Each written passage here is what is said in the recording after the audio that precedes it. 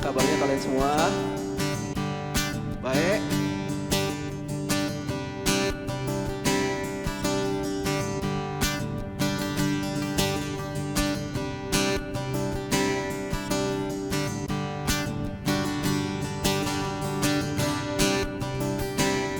Yuk kita mau mulai ibadah kita. Kita udah mulai anyway sebenarnya. Yuk, semua yang tahu lagu ini sama-sama katakan ya. Nama di atas segala nama, pembebas bagi seluruh dunia. Kebesaran kasih-Nya nyata, segala kuasa tunduk dalam namanya. Nama yang diberikan kepadanya, bertekuk lutut semua lawan-lawannya. Tak ada nama lain yang diberikan, yang olehnya kita diselamatkan. Penasehat ajaib, Allah yang perkasa, Bapa yang kekal, Raja damai.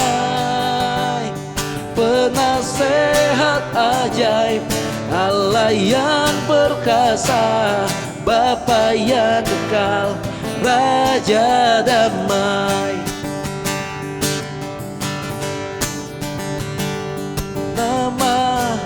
Nama di atas segala nama, pembebas bagi seluruh dunia.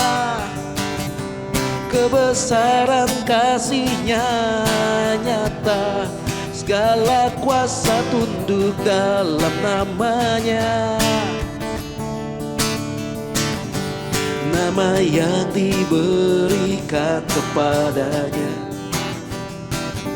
bertekuk lutut semua lawan-lawannya. Tak ada nama lain yang diberikan, yang olehnya kita diselamatkan. Penasehat ajaib, Allah yang perkasa, Bapa yang kekal, Raja damai. Penasehat ajaib, Allah yang perkasa, Bapa yang kekal, Raja damai. Sing Hosana, Hosana, Hosana, bagi Raja yang datang dalam nama Tuhan. Hosana, Hosana, Hosana, serukanlah namanya. Penasehat ajaib, Allah yang perkasa, Bapa yang kekal, Raja damai. Penasehat ajaib, Allah yang perkasa, Bapa yang kekal, Raja damai. Penasehat ajaib, Allah yang perkasa, Bapa yang kekal, Raja damai. Penasehat ajaib, Allah yang perkasa, Bapa yang kekal, Raja damai. Bapa yang kekal, Raja damai. Bapa yang kekal, Raja damai.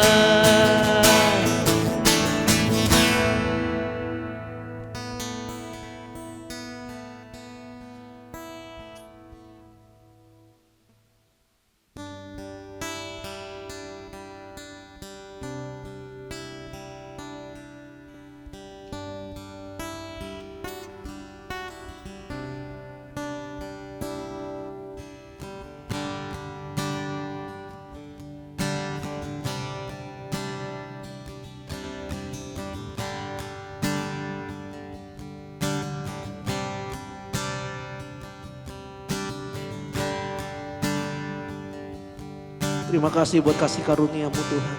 Terima kasih buat penyertaan-Mu. Terima kasih buat hari ini kalau kami masih bisa sama-sama berkumpul untuk beribadah, untuk menyembah Engkau. Satu hati kami berdoa Tuhan, kiranya Engkau disenangkan lewat setiap nyanyian kami, lewat setiap pujian yang kami naikkan kepadamu. Kiranya Engkau memperhitungkan itu sebagai sebuah kebenaran bagi kami. Di mata Engkau biarlah hidup kami bisa menjadi lebih mulia, lebih baik, lebih dikuduskan lagi Tuhan. Biarlah perkenanan Tuhan bisa hadir dalam hidup kami. Dan biarlah hari ini Tuhan dalam pertemuan kami ini kami bisa mengalami messianic encounter itu dalam hidup kami hari ini juga Tuhan. Terima kasih Bapa. Bagimu segala hormat, segala pujian dan kemuliaan kami naikkan dalam tangan. Ku datang padamu, bawa pujianku, hanya kekuatan hadiratmu sanggup menjaga hatiku. Mendekat padamu, ku mau sentuh hatimu, biar ku melihat kemuliaan yang Kau sediakan bagiku.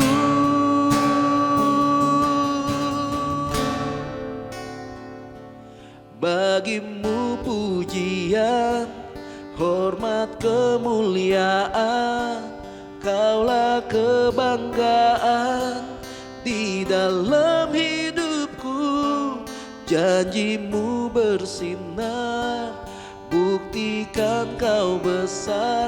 Tiada yang seperti-Mu Yesus Tuhanku.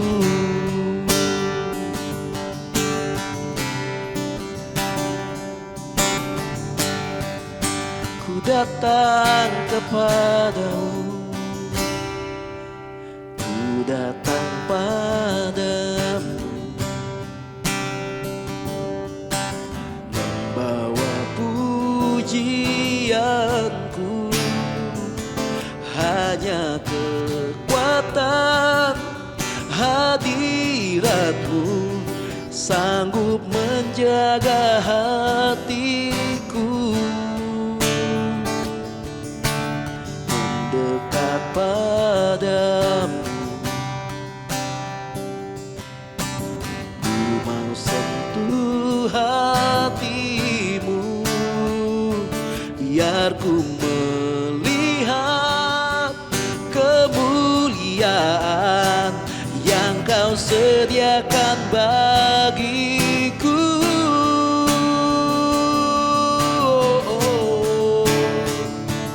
Bagimu pujian, hormat, kemuliaan, Kaulah kebanggaan di dalam hidupku.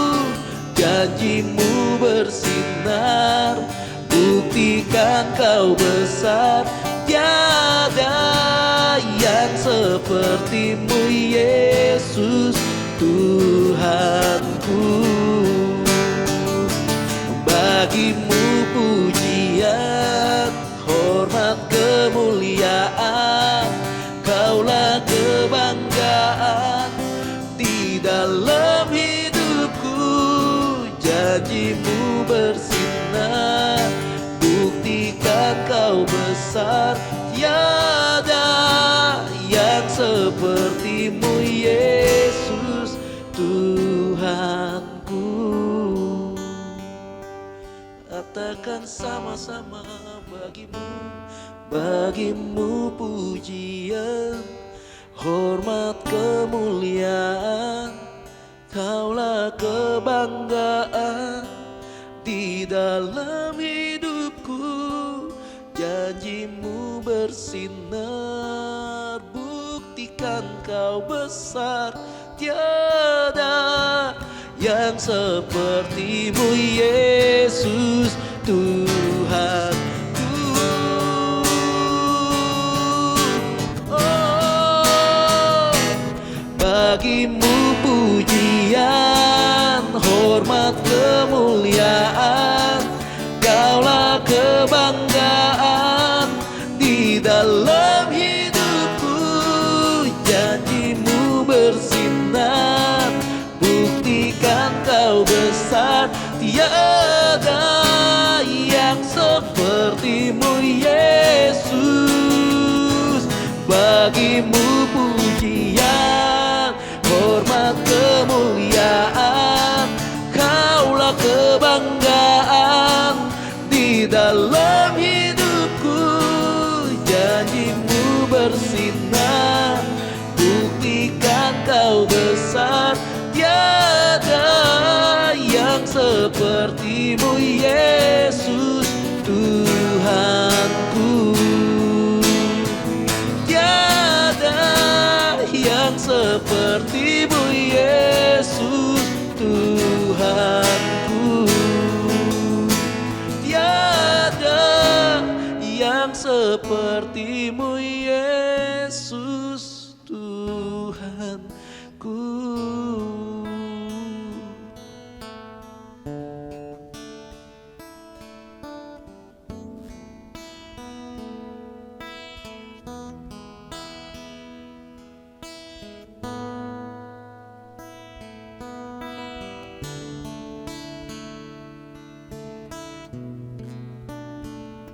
Terima kasih Tuhan Yesus.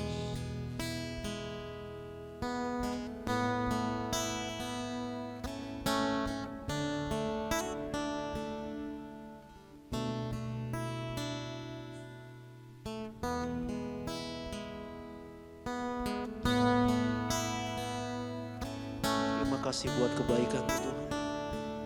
Terima kasih buat kasih karunia-Mu Tuhan. Untuk sepanjang minggu yang sudah kami lalui, untuk sepanjang hari yang kami lewati Tuhan. Dalam pekerjaan kami, dalam sekolah kami, dalam kehidupan kami sehari-hari. Terima kasih Engkau sudah menyertai kami. Semua berkat kemurahan-Mu saja Tuhan. Semua karena Engkau yang turut bekerja dalam segala hal dalam hidup kami. Sampai kami hari ini bisa kembali berkumpul tanpa ada kekurangan, baik dari kesehatan kami, baik dari semua pendapatan kami, semua karena kebaikan-Mu Tuhan. Biarlah hari ini Tuhan mengadakan sebuah hal yang baru bagi kami.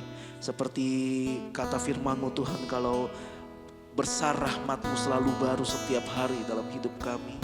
Biarlah setiap hari kami selalu dikejutkan dengan berkat-berkat baru daripada-Mu. Setiap hari kami dikejutkan dengan penyertaan-penyertaan yang baru daripada-Mu. Terima kasih Tuhan Yesus. Engkau kiranya berkarya Tuhan. Engkau kiranya beracara lebih lagi bagi kami. Tapi di waktu yang singkat ini Tuhan, kami berdoa kiranya apa yang kami berikan hari ini, pujian kami, penyembahan kami, persembahan kami, hidup kami bisa menyenangkan hati-Mu Tuhan. Terima kasih Bapa. Terima kasih Tuhan Yesus. Yuk kita nyembah Tuhan bentar. Bagimu segala pujian, segala hormat, segala kemuliaan kami naikkan bagi Tuhan, bagi Tuhan. Sebab Kau yang layak dipuji, disembah, ditinggikan. Terima kasih Tuhan buat segala hal yang terjadi, buat segala hal yang kami nikmati. Semua karena kebaikan-Mu Tuhan. Oh,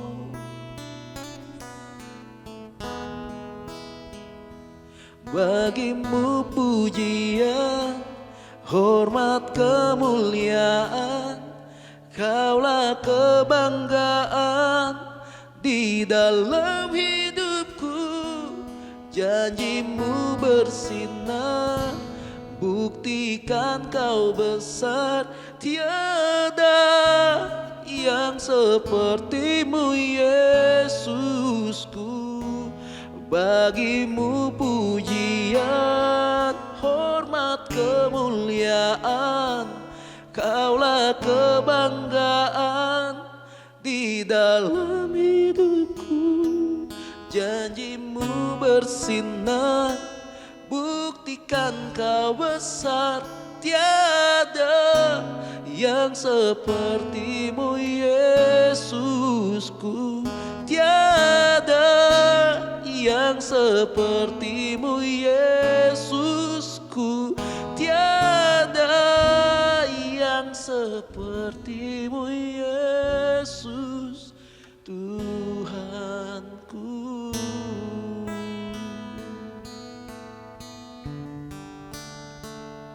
Makasih Tuhan, kiranya Engkau disenangkan lewat setiap persembahan kami hari ini, lewat nyanyian kami, lewat persekutuan kami.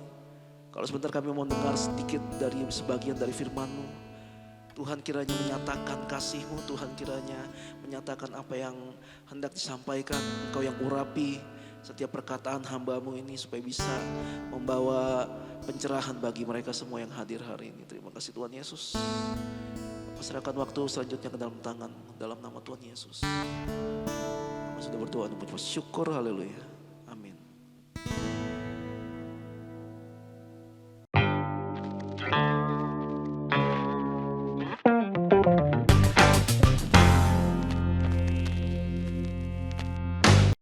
Kita udah masuk ke minggu kedua hari ini, tanggal 15.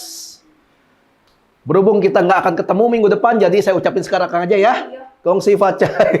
Kok gini kongsi facainya? Minggu depan kan ya, minggu depan apa Imlek ya. Selamat kumpulkan harta di dunia. Saya nggak ada di rumah jadi percuma. Nggak bakal ada yang bisa kasih angpau. Jadi gitu.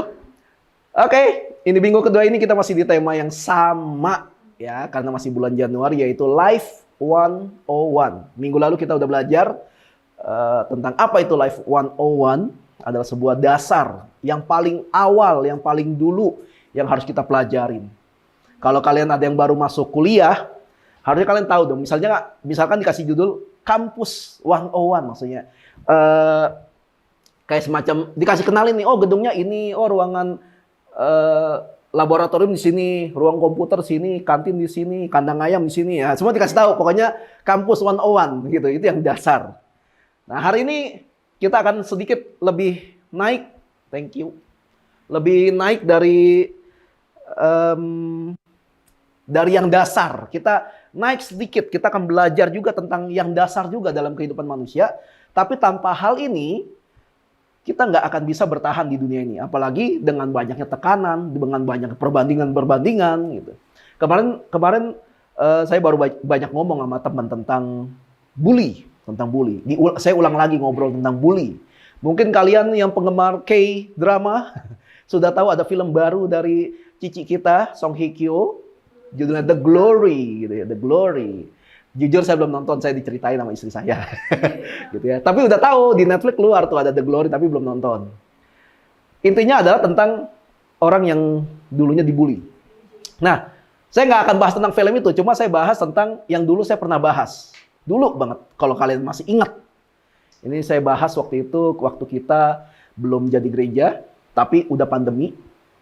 Ibadahnya masih di apartemen waktu itu. Ya, kameranya masih GoPro, jadi lebar banget. Gitu. Nah, saya pernah ngomong gini, gimana sih caranya kita menghadapi bullying atau body shaming? Sebenarnya gini, ada dua hal yang saya lihat. Pertama, iya saya setuju, bullying sama body shaming itu salah. Cuma gini, ketika kalian ngelihat ada orang yang melakukan bully, dalam hal ini bully verbal ya, kalau bully yang pakai tindakan yang sampai digapain, jelas, mendingan lapor polisi gitu. Tapi ngomongin tentang yang verbal, pakai kata-kata. Bullying yang pakai verbal, yang ujung-ujungnya ke body shaming gitu ya. Percuma, kita ngomong, lu jangan kayak gitu dong, percuma. Orang yang model kayak gitu, makin ditegur, makin jadi. Karena mereka mencari kenikmatan dari situ. Mereka nggak peduli efeknya nanti gimana, nggak peduli. Pokoknya seru buat mereka. Buat mereka itu seru. Jadi, gimana caranya kita menghadapi bullying sama body shaming? Waktu itu kalau masih ingat, saya ngomong gini. Orang yang seperti itu memang nggak benar. Tapi gini, kalau kita hanya mengharapkan orang itu berubah, percuma. Kalau kita sadar kita ini yang agak susah nih buat terima kayak body shaming atau kata-kata bully, kita yang harus merubah pola pikir kita. Dari yang lemah terhadap kata-kata bullying, jadi orang yang kuat. Jadi kalau kita dikata-katain misalnya pakai kayak badan, wah gendut lu gitu. Lu yang gendut, ya akhirnya jadi gendut sama gendut berantem gitu ya. Kalau kita menghadapi bullying dengan bullying, ujung-ujungnya akan bertambah besar masalahnya. Tapi kalau kita bisa menghadapi bullying dengan lebih tenang, kita bisa bikin capek mereka orang yang suka ngebully. Contoh paling gampang gini. Ini pernah kejadian, masalahnya saya lupa di mana. Ada orang yang dikatain karena badannya gemuk, cewek sebenarnya gemuk banget enggak, cuma ya untuk ukuran cewek bongsor gitu, besar gitu ya. Dikatain, ih gila, gemuk banget lo. Jawaban cewek ini menarik loh. Jawaban cewek itu bilang gini, gitu ya? Iya nih, gue juga bingung nih. Lu tahu nggak caranya biar gue bisa kurusan lagi? Orang ini maksudnya pengen menikmati, dia sedih, dia marah, pengen menikmati, tapi ternyata jawabannya malah, lu tahu nggak caranya biar gue bisa kurusan lagi gitu? Malah minta saran. Jadi yang tadi pengen, ya nggak jadi. Kenapa? Targetnya gagal untuk dilumpuhkan. Nah, kayak cara menghadapi bullying dan body shaming paling enak adalah kita yang harus menguatkan mental kita. Kita yang harus lebih cerdik dalam menjawab setiap kata-kata orang, apalagi yang negatif. Semua pernah dibilang yang negatif-negatif? Ya paling gampang bego lah gitu kan ya. Dikatain apalagi? Jelek gitu. Saya pernah dikatain monyet. Kapan itu? Waktu di pintu kereta. Itu lagi padat banget, bener-bener lagi padat. Saya mau ikutin apa kata yang, tahu kan orang yang sebenarnya bukan tugas dia, tapi ngatur-ngatur ya. Tapi ngaturnya benar. Coba kan bukan tugas dia harusnya ya. Coba gimana ya, dia suruh tahan, tapi yang belakang udah tin. Waktu itu pakai motor nih. Ya mau gimana dong, kalah suara. Ya udah akhirnya majulah. Terus gue pikir juga kayak, udah lenggang nih gitu. Ya udah jalan. Pas saya ngelewatin orang yang jaga ini, dia emosi. Langsung ngatain gue. Monyet. Wah, panas dong. Anak Tuhan ya. Dikatain monyet juga greget gitu kan. Pas gue nengok, baru pengen balas, tiba-tiba masuk hikmat dari Tuhan. Dia kan bilang gitu. Monyet lu. Saya nengok, dia liatin saya lagi. Sama-sama. Saya pergi, diam habis itu. Ya, gak bisa lanjut. Bayangin kalau saya katain hal yang sama dengan dia. Nggak tahu, mungkin bakal lempar batu atau gimana. Nah itu namanya, kenapa kita harus yang ada namanya emotion management. Nah itu bakal panjang, nanti akan kita bahas.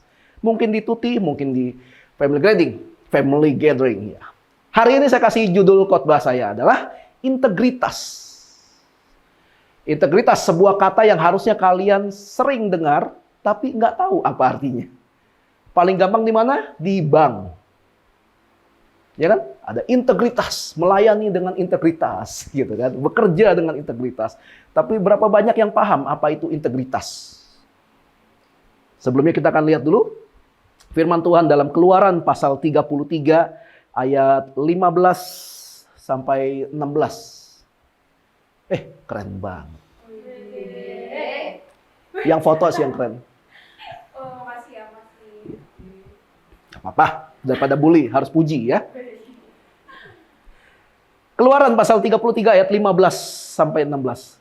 Berkatalah Musa kepadanya. Kepadanya nyanya gede ya, berarti berkatalah Musa kepada Tuhan.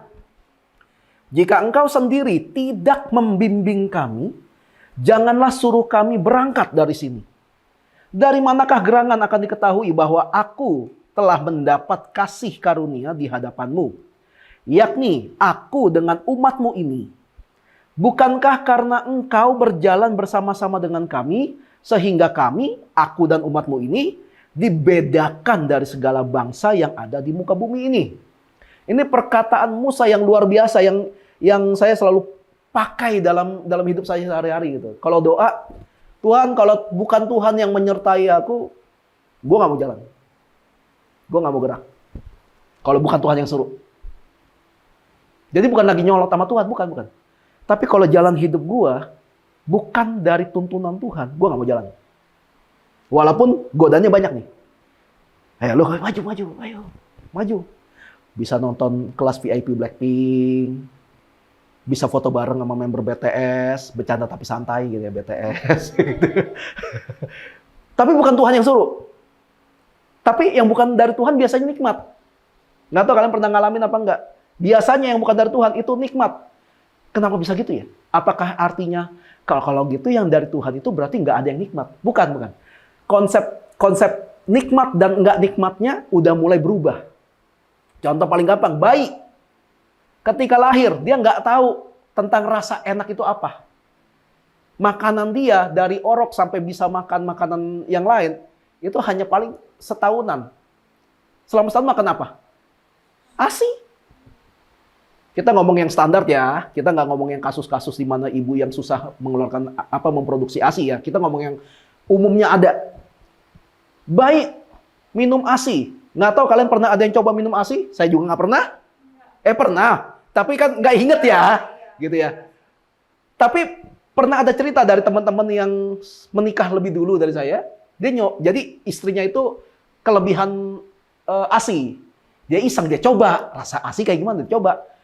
Kayak hambar, amis. Kayak gitu loh. Buat kita nggak enak ya itu ya. Rasa kayak itu nggak enak. Tapi kenapa bayi bisa makan?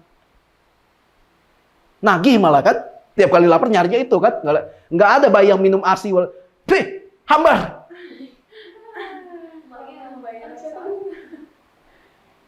Ini kurang nih. Pakai basil, salt, and pepper, lalu di grill. Wah gila. Nggak ada bayi yang kayak gitu. Bayi mulai mengenal rasa kapan? Ya ulah orang tuanya. Kenapa anak sekarang umur 2 tahun, 3 tahun doyan ciki? Karena pertama kali dikasih. Ternyata ada rasa yang lebih kuat daripada ASI. Coba anak yang sudah pernah merasakan ciki, suruh balik minum ASI. Nggak bakal mau. Kenapa? Diperkenalkan sesuatu yang baru, yang lebih nikmat. Tapi apakah ciki yang lebih nikmat itu punya fungsi atau punya hasil yang lebih baik dari ASI? Enggak, mencelakakan iya. Iya dong, kelebihan bisa bikin kolesterol naik, bisa katanya bikin on gitu ya. Kebanyakan micin katanya. Kenapa micin disalahkan gitu kan, salah yang makan. Seperti itu. Jadi bayi itu seperti itu. Kalau bukan seolah-olah tuh kayak yang dari Tuhan itu nggak nikmat. Yang nikmat itu yang bukan dari Tuhan. Kita ngomong yang lebih parah lagi. Yang nikmat buat orang dunia adalah pergaulan bebas. Apalagi ngedrugs, nikmat buat mereka. Mabok, nikmat buat mereka. Melanggar hukum, nikmat buat mereka. Kenapa? Konsep nikmatnya sudah dirusak. Kalau dibalik ke saya, nikmat itu adalah ketika ketemu polisi saya bisa hai, dah Pak, selamat bekerja Pak gitu. Bukan ketemu polisi deg-degan.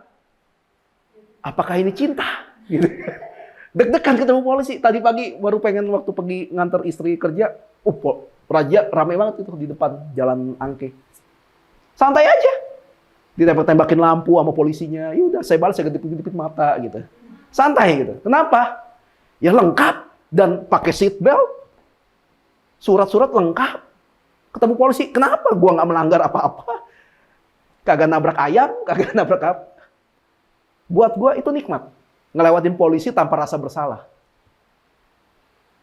Tapi kalau lampu lalu lintas merah, berhenti. Walaupun nggak ada yang lewat tuh di depan. Taat peraturan. Buat gua itu sebuah kenikmatan. Nah, berarti konsep nikmat ini banyak yang berubah kan? Ya kan? Kalau sekolah bolos. Ada sensasinya ketika bolos tapi nggak ketahuan guru. Nggak ketahuan sama penjaga sekolah. Nikmat buat beberapa anak-anak. Mungkin kalian juga. Ya mungkin. Mungkin. Bolos bilang sakit padahal jalan-jalan. Jalan-jalan kemana kamu? Ke Jepang. Buset, jalan-jalan ke Jepang. Bolos sekolah buat jalan-jalan. Jalan-jalan kemana? Ke Jepang, ya ampun. Terlalu kaya dan orang tuanya izinin lagi.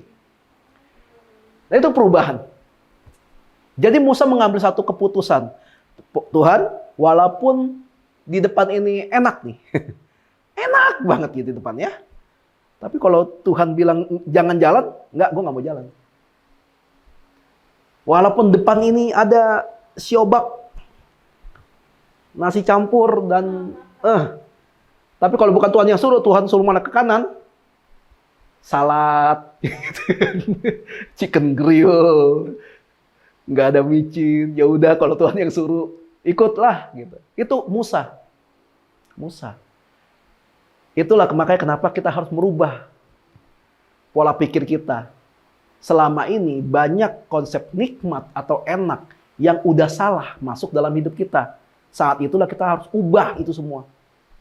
Balikin ke yang benar. Dibalikin ke yang benar.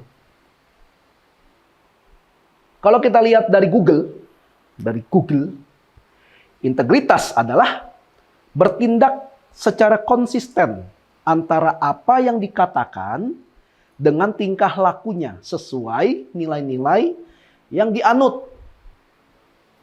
Itu integritas menurut Google. Jadi tindakan yang dilakukan dengan konsisten antara yang dikatakan dengan yang dia lakukan. Sesuai dengan nilai-nilai yang dianut. Sekarang kita menganut nilai apa? Ya, kekristenan harusnya. Lalu apakah tindakan kita sama perkataan kita sesuai? Kita bisa bilang, Tuhan, aku cinta Engkau. Ya. Tapi ya itulah ya, doa malas, baca Alkitab malas, persekutuan malas. Ada aja alasannya. Kalau doa minta berkat Tuhan, berkat datang, Tuhannya dilupakan. Familiar dengan kata-kata itu ya. Jadi orang yang cuma ngomong-ngomong tapi perkataannya nggak sesuai dengan omongannya, itu adalah orang yang tidak berintegritas. Jadi orang yang berintegritas kalau sampai ngomong saya cinta Tuhan Yesus, dia akan melakukan apa yang menjadi kecintaannya terhadap Tuhan Yesus. Bukan yang saya cinta Tuhan Yesus kalau saya akan ke gereja, kalau saya akan ke gereja kalau saya udah kaya. Saya akan ke gereja kalau bisnis saya udah maju. Saya akan ke gereja kalau saya udah nggak pernah ada masalah. Saya kasih tahu, orang satu-satunya jenis manusia yang nggak ada masalah dalam hidupnya adalah orang mati. Jadi kalau kamu mau nggak ada masalah dalam hidupmu, kamu harus jangan disebut. Nggak ada manusia yang nggak punya masalah. Bahkan bayi baru lahir ada masalah. Apa masalahnya bayi? Nggak bisa makan sendiri. Makanya kenapa dia nangis? Manggil. Masalahnya di situ, belum bisa ngeranggak. Nggak ada bayi baru lahir salto, itu nggak ada. Nggak ada. Salto aja nggak bisa, apalagi salting. Nggak bisa. Makanya kenapa tema tahun ini di GKI Messianic Encounter adalah real action. Karena saya mau semua anak-anak di GKI Messianic Encounter punya rasa integritas ini. Kalau memang mau komunitasnya jadi lebih baik, jangan berhenti sampai di mau. Tunjukin prakteknya. Itu baru namanya integritas. Kalau lu mau gereja ini jadi besar, kalau lu mau gereja ini berkembang, kalau lu mau gereja ini jadi luar biasa, kontribusi. Apa yang udah dilakukan? Saya udah doain. Saya coba kamu kasih tahu, doa tanpa perbuatan sama dengan mati, kata firman Tuhan. Saya nggak bisa buat banyak buat gereja karena saya ladangnya tuh di marketplace, saya ladangnya tuh di kampus. Nah kalau orang yang bilang kalau orang yang bisa bilang ngomong kayak gitu, saya mau pelayanan, tapi pelayanan saya itu bukan di gereja, pelayanan saya itu di sana, di luar pokoknya. Gini, kalau rumah sendiri nggak pernah dibantu, tapi lu bantu rumah orang lain, itu namanya orang munafik. Kalian membantu tempat lain supaya tempat itu jadi lebih baik, tapi tempat sendiri dibiarin berantakan. Nah, itu munafik namanya. Sama, berarti nggak ada integritas. Pasti ada maunya. Kenapa dia lebih suka bantu tempat lain daripada tempatnya sendiri? Biasanya karena tempat lain lebih bergengsi. Tempat lain lebih keren. Jadi ketika dibilang, wah gue bantu ini lu, wah keren. Tapi kalau dibilang, wah gue bantu mana? Bantu rumah gue. Rumah lu yang mana? Gitu. Jadi kayak nggak ada gengsi, kayak nggak ada gregetnya gitu. Cuma saya mau kasih tahu, tempat yang besar itu pun awalnya adalah tempat yang nggak punya nama. Mereka dibangun dari nol sama orang-orang mereka. Jadi kalau mau tempat kita punya nama, punya gengsi dan sebagainya itulah ya. Iya dari awal ini. Dari awal ini. Nah, itu yang harus dilakukan. Jadi integritas, kembali lagi. Integritas adalah apa yang diucapkan. Itu sama dengan apa yang dilakukan. Sesuai dengan nilai yang kita anut. Nah kalau kita lihat lagi dalam firman Tuhan.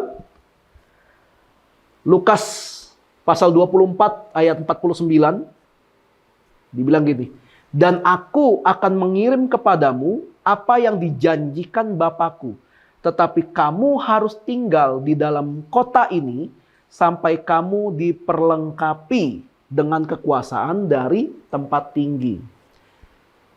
Ini adalah perintah Yesus, tepat persis banget sebelum Yesus naik ke sorga. Jadi udah detik-detik Yesus mau naik ke sorga, Yesus kasih perintah ini.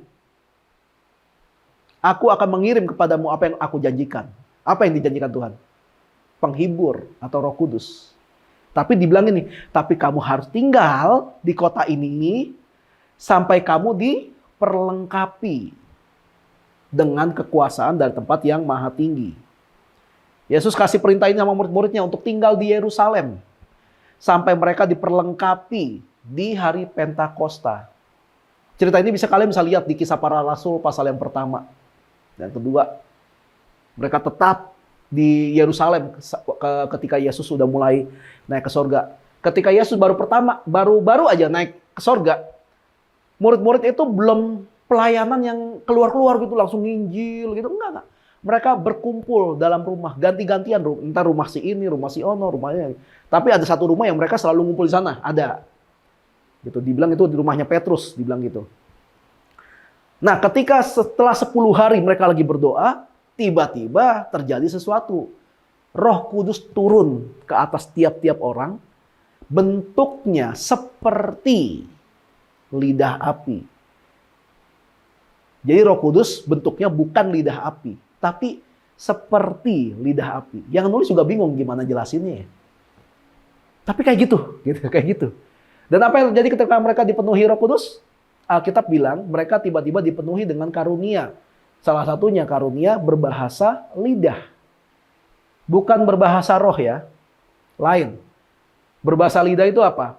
Berbahasa lidah itu gini. Mereka tiba-tiba bisa bahasa negara lain.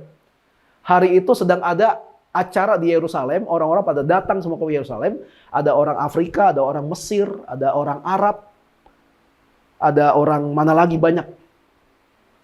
Tiba-tiba rasul-rasul semua pada berdiri ngomong tentang Injil, tentang Yesus, tapi pakai bahasa mereka. Padahal mereka belum pernah mempelajari bahasa ini sebelumnya.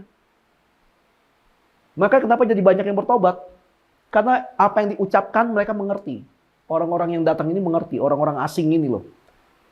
Nah, karena para murid berintegritas, taat gitu pada perintah Yesus untuk tetap tinggal di Yerusalem selama 10 hari, setelah Yesus naik ke surga, makanya mereka menerima karunia roh itu. Mereka taat. Dan pelayanannya jadi luar biasa. Kalian bisa baca nanti Petrus sekali pernah kejadian satu kali khotbah 3.000 orang memberi diri untuk dibaptis. Tuh dari pagi ketemu pagi tuh 3.000. Apa langsung keroyokan? Baris-baris 3.000 orang. 1, 2, 3, bir 3.000. Saya adalah salah satu orang yang cukup beruntung karena dibaptis di sungai. Bener-bener di sungai. Bukan di kolam renang. Bukan mau banding-bandingin, enggak. Beda aja gitu loh. Beda. Kalau di kolam renang kan ketika ditenggelamin masih bisa kiri kanan kan ya. Ya.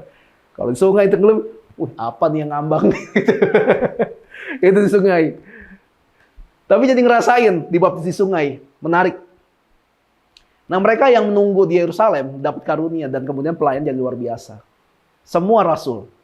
Bayangin ketika itu ada murid yang auban gitu ya, yang bandel, disuruh tunggu di Yerusalem, malah terlalu bersemangat. Wah, mumpung masih fresh nih, Yesus baru naik dari surga nih. Ya, kabarin Injil, langsung kabarin. Langsung mereka sok ngabarin Injil dan sebagainya gitu ya. Mereka pelayanan, tapi nggak mau diperlengkapi dulu. Langsung pelayanan aja. Mereka nggak mau tinggal di Yerusalem. Jadi pelayanannya tuh ngasal. Main asal pelayanan tanpa perlu diperlengkapi. Mereka nggak ngerti Yesus itu siapa. Mereka nggak ngerti apa itu perintah yang utama. Mereka nggak ngerti apa itu kehendak Bapa. Nggak ngerti. Pengennya pelayanan. Makanya pelayanan jadi aneh. Pelayanannya jadi rusak. Contohnya adalah yang tertulis di Kisah Para Rasul, yaitu anak-anak Skewa. Ini sebuah kisah yang lucu. Kalau kalian mau baca di Alkitab, di Kisah Rasul pasal 19. Saya ambil sebagian dari kisahnya aja ya. Kisah Para Rasul 19 ayat 13 sampai 16. Juga beberapa tukang jampi Yahudi. Tukang jampi itu dukun. Juga beberapa tukang jampi Yahudi yang berjalan keliling di negeri itu mencoba menyebut nama Tuhan Yesus atas mereka yang kerasukan roh jahat. Dengan berseru katanya, "Aku menyumpahi kamu demi nama Yesus yang diberitakan oleh Paulus." Mereka yang melakukan hal itu ialah 7 orang anak dari seorang imam kepala Yahudi bernama Skewa. Sama sini dulu ya. Jadi ada orang yang bukan murid Tuhan, bukan murid Yesus, belaga. Mentang-mentang di tempat lain ada yang kerasukan, dalam nama Yesus keluar. Ketemu orang yang sakit kusta, dalam nama Yesus sembuh. Ketemu orang bokeh, dalam nama Yesus bekerja. Dia kerja. Dia mau tiru. Belum ada pengenalan akan firman Tuhan.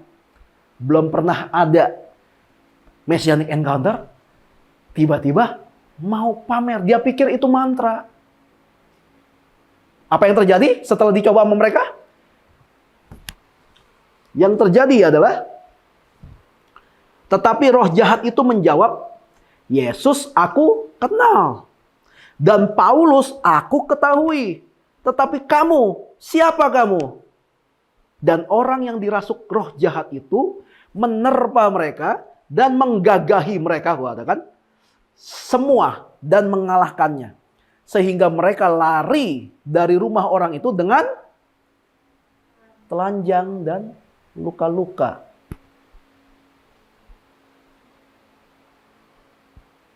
Mereka benar gak ngusir setannya pakai nama Yesus? Benar kan? Benar pakai nama Yesus. Masalahnya, lu siapa? Masih ada yang ingat dulu kok pernah bilang gini? Ketika kita berdoa sama Tuhan, tapi kita nggak pernah bangun hubungan sama Tuhan. Kita berdoa sama Tuhan supaya diberkati. Tuhan bakal ngomong, gue bukan soal mau berkati apa nggak berkati. Masalahnya, lu siapa?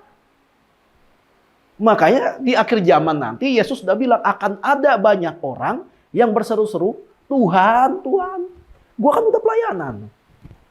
Gue udah nyembuhin orang sakit. Gue udah begini, begitu, sebagainya. Dan Yesus bilang, gue gak kenal lu. Gak ada yang minta lu lakuin itu. Sekarang nih, tiba-tiba nih, Nay terlalu rajin. Dia bersihin rumah Koko. Dia sapu, dia pel, dicat ulang. Temboknya, genteng diberesin. Terus kelar dari itu, dia komplain sama Koko. Ini kok gara-gara bersihin rumah Koko nih, encok nih pinggangnya ini. Patah 2 tulang katanya. Jawaban Koko apa? Siapa yang suruh? Iya kan? Lu komplain sama gua untuk sesuatu hal yang gua nggak pernah nyuruh lu. Lu yang terlalu rajin. Kenapa nggak nanya dulu sih? Oh, boleh nggak nih gue pengen cat rumah Koko nih biar lebih bagus. Ya Koko akan jawab gitu setelah itu antara iya dan enggak. Tapi kalau sampai karena keputusan sendiri, nggak ada yang minta, mencelakakan diri, terus lu komplain, orang akan tanya, iya siapa yang suruh? Ya kan? Makanya hati-hati sama ajaran. Tenang, kalau lo ketemu setan, usir dalam nama Yesus, setan akan pergi. Ntar dulu, lu siapa?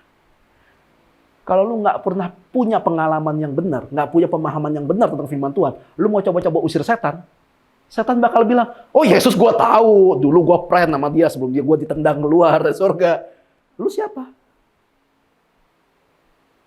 Tapi kalau orang yang punya hubungan baik sama Tuhan, Tuhan udah kasih tanda ke orang ini. Kalau orang ini ngusir setan demi nama Yesus, aduh anaknya nih. Oke, mundur. Ada tandanya. Orang yang mengenal Tuhan sama yang enggak. Orang yang mengenal Tuhan dengan benar tidak ditunjukkan atau tidak terbukti dari rajinnya dia ke gereja atau rajinnya dia pelayanan. Tapi bagaimana dia rajin bangun hubungan sama Tuhan. Jadi nggak usah ke gereja dong, nggak usah pelayanan. Yang ke gereja dan yang pelayanan aja ada kemungkinan nggak dikenal sama setan. Gimana yang enggak? Makanya anak-anak sekewa so tahu. Asal ngejeplak aja, ngerasa benar. Yang penting pakai nama Yesus, yang penting pakai nama Yesus. Akibatnya mereka dihajar, babak belur mereka semua langsung. Orang percaya yang hanya senang pelayanan tapi nggak mau diperlengkapi, akibatnya adalah dipermalukan. Cuma mau tampil aja, cuma mau kelihatan keren aja, tapi nggak mau diperlengkapi. Ujung-ujungnya akan dipermalukan. Kita bisa ngomong gila, kita kasih kesaksian gitu ya, gila. Yesus itu ajaib, aduh gila, Yesus baik banget, luar biasa. Gua tuh, aduh udah berapa kali tolong Tuhan.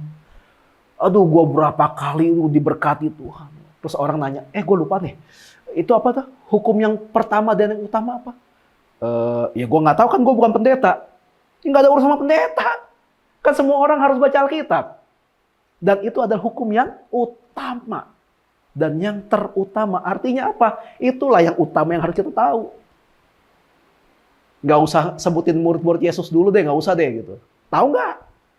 Itu tuh pokoknya yang tentang kasih-kasih itu. Ya kasih apa? Kasih gope, kasih sedekah, kasih apa gitu. Orang bisa gampang kasih kesaksian yang luar biasa. Entah kesaksian benar atau bohong. Tapi itu semua pun akan diperhitungkan juga pada akhir zaman. Orang yang seperti ini yang dipermalukan, sebenarnya mereka bukan dipermalukan oleh orang lain sebenarnya.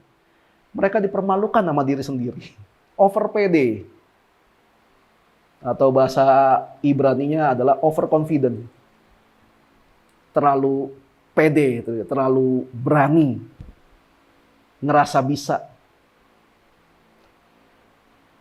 Salah satu dari Life 101 sebagai orang percaya adalah integritas. Salah satunya. Tanpa integritas yang kuat dan benar, kita bisa sesat. Karena menyangka hanya dengan jadi orang Kristen udah cukup. Salah besar. Orang Kristen hanya status, kadang-kadang hanya status agama di KTP. Tapi apa benar orang yang statusnya agama Kristen, dia adalah pengikut Tuhan? Belum tentu. Jadi jangan berhenti hanya sampai di status. Tapi kita juga harus jadi pelaku. Kita lakukan apa yang jadi firman Tuhan, apa yang jadi kehendak Tuhan. Integritas juga digambarkan sebagai sauh. Sauh itu jangkar. Jangkar yang ada di kapal. Sampai hari ini belum ada kapal yang nggak ada jangkarnya. Kapal yang modern, yang canggih sekalipun tetap ada jangkarnya. Jangkar yang menancap di dasar laut, itu bisa membuat kapal tetap berada di tempatnya. Sekalipun ada banyak badai, ada ombak yang menghantam kapal itu, jangkar itulah yang membuat kapal ini enggak bergerak ngasal, tapi ketahan walaupun kegoyang, ada badai, ada ombak, ada angin, gitu, ada hujan, dia akan tetap di sekitar itu karena ada jangkar. Itu fungsi jangkar. Jadi boleh dibilang fungsi dari integritas adalah menguatkan kita dalam masalah kehidupan. Kembali lagi ke jangkar. Kalau kita punya integritas, kalau kita punya jangkar dalam hidup kita, kan nggak pernah dibilang kita nggak akan punya masalah. Tetap kena badai itu, badai pasti datang lagi. Buat kalian yang selalu khawatir, aduh ntar kalau masalah gue datang lagi gimana? Ntar kalau problem gue muncul lagi gimana? Jangan khawatir. Masalah pasti akan datang lagi. Tapi miliki jangkar, gitu, miliki integritas. Karena dengan integritas sekalipun ada masalah besar, kita dibikin goyang sana, goyang sini, padahal nggak ada musik, kita tetap di situ. Kita tetap ada di track yang seharusnya. Sampai nanti ketika badainya udah lewat, jangkar bisa diangkat lagi. Kita bisa berlayar lagi. Itu fungsinya jangkar. Itu fungsi dari integritas. Yaitu menguatkan kita dalam masalah kehidupan. Nah sekarang bagaimana cara kita bisa memiliki integritas dalam iman percaya kita pada Tuhan? Cara supaya kita bisa memiliki integritas dalam iman percaya kita pada Tuhan adalah dalam Efesus pasal 6 ayat ke-13. Dibilang begini. Sebab itu ambillah seluruh perlengkapan senjata Allah, supaya kamu dapat mengadakan perlawanan pada hari yang jahat itu dan tetap berdiri sesudah kamu menyelesaikan segala sesuatu. Ada perlawanan, berarti tetap ada masalah, ada musuh, ada rintangan. Tapi kalau kita punya seperlengkap senjata Allah ini, kita bisa tetap berdiri. Artinya kita tetap stay, ada jangkarnya. Jadi cara supaya kita bisa memiliki integritas dalam iman percaya kita pada Tuhan Yesus adalah dengan memakai seluruh perlengkapan senjata Allah. Hafal? Perlengkapan senjata Allah itu apa aja? Ya udah jangan nebak. Tenang, kita ada ini. Ya. Senjata Allah. Yang pertama adalah ikat pinggang kebenaran. Yang kedua adalah baju zirah keadilan. Ketiga, kasut kerelaan memberitakan Injil. 4, perisai namanya iman. 5, ketopong keselamatan. 6, pedang roh. Kalau mau kita punya integritas, kalau kita mau tetap kuat walaupun ada masalah datang, kita harus punya ke-6 set perlengkapan senjata Allah ini. Nggak boleh kurang satu pun. Tanpa integritas, seseorang tidak akan pernah bisa terlihat cara kerjanya. Tanpa integritas, seseorang tidak bisa dikenali kemampuannya. Tanpa integritas, seseorang tidak bisa terlihat kesungguhan hatinya. Integritas adalah alasan kenapa seseorang yang pernah jatuh, dia bangkit lagi. Integritas adalah alasan kenapa seseorang mampu bekerja dalam tekanan. Integritas adalah alasan kenapa seseorang dalam ketidakmampuannya berusaha agar bisa jadi mampu. Kita bisa lihat ini semua. Kalau orang yang nggak punya integritas dengan orang yang punya integritas, dua-duanya sama-sama punya masalah. Ini kita nggak ngomongin dua orang berbeda, ini kita ngomongin diri kita sendiri loh. Kita yang punya integritas dan kita yang nggak punya integritas. Ketika sama-sama ada masalah, yang satu jatuh kabur, tapi kalau orang yang punya integritas jatuh bangun lagi. Nggak ada kata jatuh mager langsung mager bangun lagi. Nggak ada. Integritas juga yang membuat kenapa banyak orang walaupun sudah dibully, sudah dihina, sudah dikata-katain, tapi dia tetap bisa berprestasi. Cuekin itu kayak gitu-gituan. Tetap maju. Anggap ini kayak cuma kalau kalian pernah naik kereta atau naik bus gitu ya, lagi berdiri tiba-tiba ada yang lewat ya. Gitu doang. Kayak karena ada yang lewat gitu kan, kesenggol. Ada yang baperan nggak di kereta atau nggak di bis gitu? Lagi berdiri gitu kan. Ah, apa sih lu nabrak-nabrak lu? Minta maaf nggak lu? Nggak minta maaf, gua nangis nih. Kan nggak ada gitu kan? Kayak gitu aja. Kayak gitu aja. Masalah dalam hidup anggap seperti itu. Bully, hinaan, anggap kayak gitu. Coba gendut lu. Terus lihat aja. Yang penting kan tetap jalan nih. Kereta bus tetap jalan, kita bakal tetap sampai pada gol. Cuekin aja kayak gitu. Tapi kalau ada yang kelewatan, itulah fungsinya polisi. Kita lapor. Ya, jadi orang Kristen baik, iya. Bukan berarti jadi orang Kristen bego. Iya dong. Ada satu hal yang sampai orang keterlaluan banget. Tanda kutip ya. Ya jangan kasihi lagi. Kasih ke yang berwenang. Seperti yang tadi saya bilang, kalau cuma dibilang, ah gendut lo. Apalagi, ah bantet lo. Ah gitu. Cuekin. Tapi kalau yang udah sampai main fisik, dipukul, diikat, itu udah kriminal jatuhnya. Itu lain urusan. Tiap orang ada porsinya kan? Ya udah, itu kalau sampai seperti itu porsinya polisi. Jadi untuk bisa memiliki dasar kehidupan yang baik dan kuat dalam menjalani kehidupan itu, apakah mudah atau sulit untuk dijalani?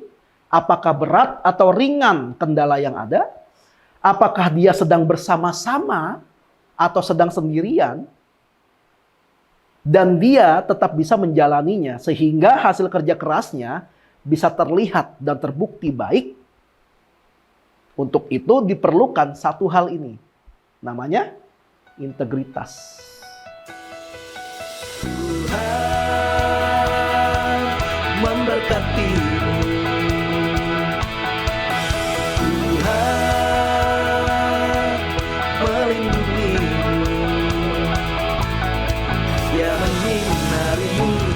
Wajahnya dan memberikan kasih karunia. Tuhan menghadapkan wajahnya dan memberi damai sejahtera.